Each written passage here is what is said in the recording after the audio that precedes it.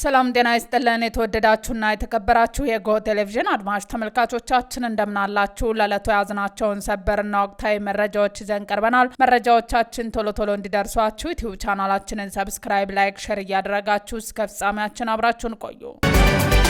በቀጣይ ዓመት ገናን በአሰብ ወደብ እናከብራለን ሲሉ አምባሳደር ዲና ሙፍቲ ተናገሩ። የቀጣይ ዓመት ገናን በታሪካዊ የባህር በራችን አሰብ ወደብ ላይ በእርግጠኝነት እናከብረዋለን ብለዋል። የኢትዮጵያ ሕዝብ ህዳሴውን አይችልም እየተባለ አድርጎታል። የኢትዮጵያ ሕዝብ አድዋን የሚያክል ጀብድ የፈጸመ ነውና ቀጣይ ዓመት ታሪካዊ ባህር በራችን አሰብ ወደብ ላይ እንመለሳለን ብለዋል።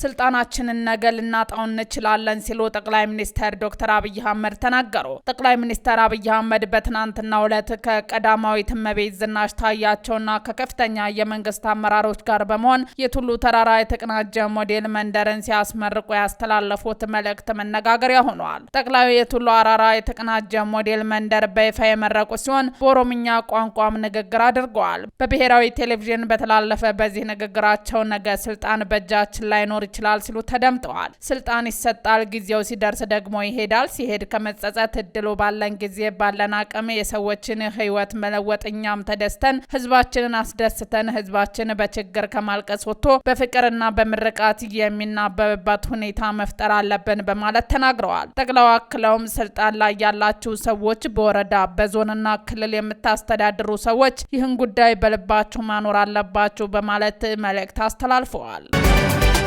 በአማራ ክልል ደቡብ ወሎ ዞን የከለላ ወረዳ የገንዘብ ጽሕፈት ቤት ግምጃ ቤት ኃላፊ የሆኑት አሚኑ አህመድ ከታጣቂዎች ጋር የተኩስ ልውውጥ በሚደረግበት ወቅት ተገደሉ።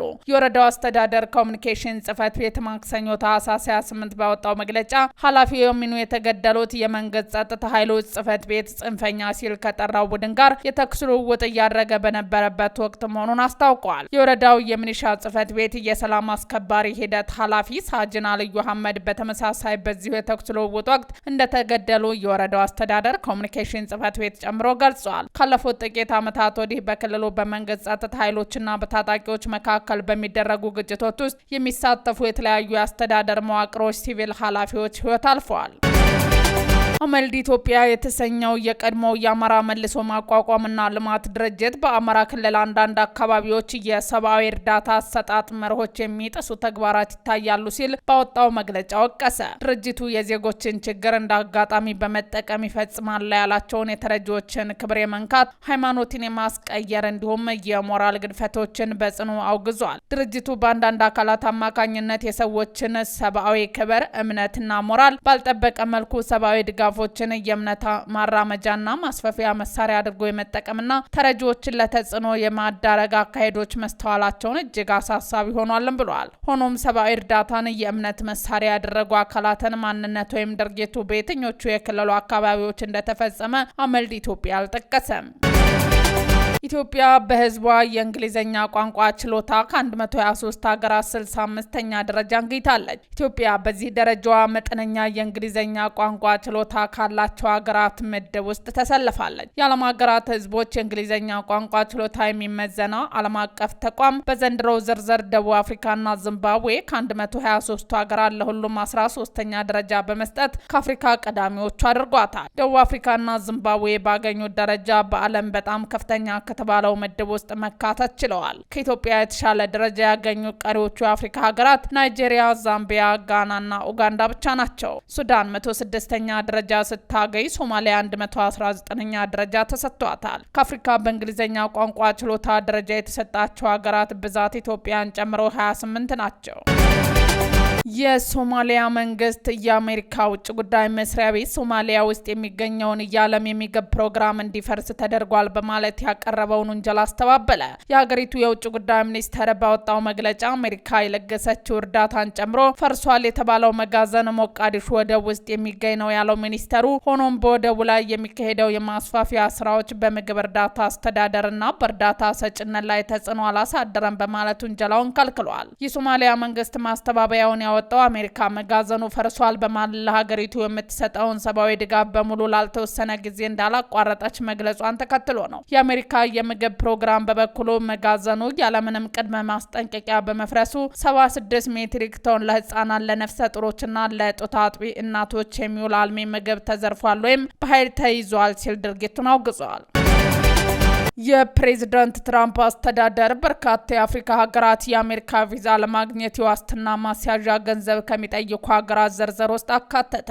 በመመሪያው መሰረት የሀገሪቱ ዜጎች ቪዛ ለማግኘት እስከ $15,000 ማስያዣ ማቅረብ ይጠበቅባቸዋል። በአዲሱ ዝርዝር ውስጥ ከተካተቱት የአፍሪካ ሀገራት መካከል ጅቡቲ፣ ኡጋንዳ፣ ናይጄሪያ፣ አንጎላ፣ ቡሩንዲ፣ ዚምባብዌ፣ አልጄሪያ፣ ቤኒን፣ ኬፕ ቬርድ፣ ጋቦን፣ ኮታዲኮር፣ ኮትዲቯር እና ሴኔጋል ይገኙበታል። የሀገሪቱ ዜጎች ስራና የቱሪስት ቪዛዎችን ለማግኘት ከ5,000 ጀምሮ እስከ $15,000 እንዲያስይዙ ይገደዳሉ። ባለፈው ዓመት ሐምሌ ታንዛኒያ፣ ዛምቢያ እና ቦትስዋናን ጨምሮ በ11 የአፍሪካ ሀገራት ላይ መመሪያው ለመጀመሪያ ጊዜ ተፈጻሚ መሆኑ ይታወሳል። የቬንዙዌላው ጊዜያዊ መሪ የማዱሮ ጥበቃ ቡድን ኃላፊ የነበሩትን ጀነራል አባረሩ። የቬንዙዌላው ጊዜያዊ መሪ ፕሬዝዳንት ኒኮላስ ማዱሮ ጥበቃ ቡድን አዛዥ የነበሩትን ጀነራል ሃቬው ማርካኖን ከስልጣን ማባረራቸው ቢቢሲ ዘግቧል። ጀነራሉ ከስልጣን የተባረሩ ኒኮላስ ማዱሮ በአሜሪካ ኃይሎች ከካራካስ ተወስደው ኒውዮርክ በሚገኘው ፍርድ ቤት ከቀረቡ ከቀናት በኋላ ነው። የፕሬዝዳንት የጥበቃ ቡድን የወታደሩ ክንፍ ሲሆን የሀገሪቱ መሪ የመጠበቅ ኃላፊነት አለበት።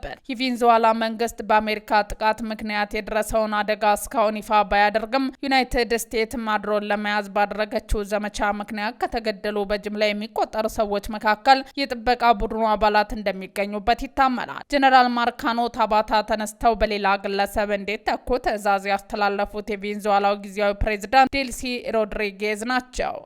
ሮድሪጌዝ ባለፈው ሰኞ ለመንግስት ታማኝ የሆኑ ሰዎች በሞሉበት ብሔራዊ ጉባኤ ፊት ቀርበው ቃለ መሃላ ፈጽመው ጊዜያዊ ፕሬዝዳንት ተደርገው መመረጣቸው ቢቢሲ አስታውሷል። የየመኑ የደቡብ ሽግግር ምክር ቤት መሪ በሶማሌላንድ በኩል ወደ ተባበሩት አረብ ኤሚሬትስ መኮብለላቸው ተዘገበ። በየመን የሚንቀሳቀሰው ተገንጣይ ቡድን የደቡብ ሽግግር ምክር ቤት መሪ አይዳሩስ አል ዙባይዳን በሶማሌላንድ በኩል አድርገው ወደ ተባበሩት አረብ ኤሚሬትስ መኮብለላቸውን በሳውዲ አረቢያ የሚመራው ጥምር ጦር አስታወቀ። ጥምር ጦሩ በዛሬው ዕለት ባወጣው መግለጫ እንዳመለከተው አልዙባይዲ በራየት ተከታታይ የሰላም ንግግሮች እንዲሳተፍ በታቀደው መሰረት ሳይገኙ ቀርተዋል። መሪው ረቡዕ ዕለት በሌሊት ከአደን ወደ ሶማሊላንድ በረራ ወደብ በሚጓዝ ጀልባ ላይ ተሳፍረው በውድቂት ሌሊት ማምለጣቸው መግለጫው ጠቁሟል። እንደ መግለጫው ከሆነ አልዙባይዲ በበረራ ከደረሱ በኋላ ከተባበሩት አረብ ኤሚሬትስ መኮንኖች ጋር በመሆን በአውሮፕላን ወደ ሶማሊያ ዋና ከተማ ሞቃዲሾ ተጉዘዋል። አውሮፕላኑ በኦማን ባህረ ሰላጤ ላይ ሲበር ማንነቱ የሚገልጽ ኤሌክትሮኒክስ ስርዓቶችን አጥፍቶ የቆየ ሲሆን በአቡዳቢ ወደሚገኘው አልአሪፍ ወታደራዊ አየር ማረፊያ ለመድረስ 10 ደቂቃ ሲቀረው መልሶ አብርቷል ሲል ጥምረቱን በዝርዝር አስታውቋል። ጉዳዩን አስመልክቶ ከደቡብ ሽግግር ምክር ቤትም ሆነ ከተባበሩት አረብ ኤሚሬትስ የተሰጠ መግለጫ የለም። ድርጊቱ የሚረጋገጥ ከሆነ በአቡዳቢ የሚደገፈው የደቡብ ሽግግር ምክር ቤት በታህሳስ ወር በራያድ በሚደገፉት የየመን መንግስት ወታደሮች ላይ ጥቃት ከሰነዘረ በኋላ በሳውዲ አረቢያና በተባበሩት አረብ ኤሚሬትስ መካከል የተፈጠረውን ቅራኔ ይበልጥ ሊያባብሰው ይችላል ተብሏል። ውድ አድማጭ ተመልካቾቻችን የዛሬ ዜናዎቻችን እነዚህን ይመስሉ ነበር። አብራችሁን ስለነበራችሁ ከልብ እናመሰግናለን። መልካም ቀን።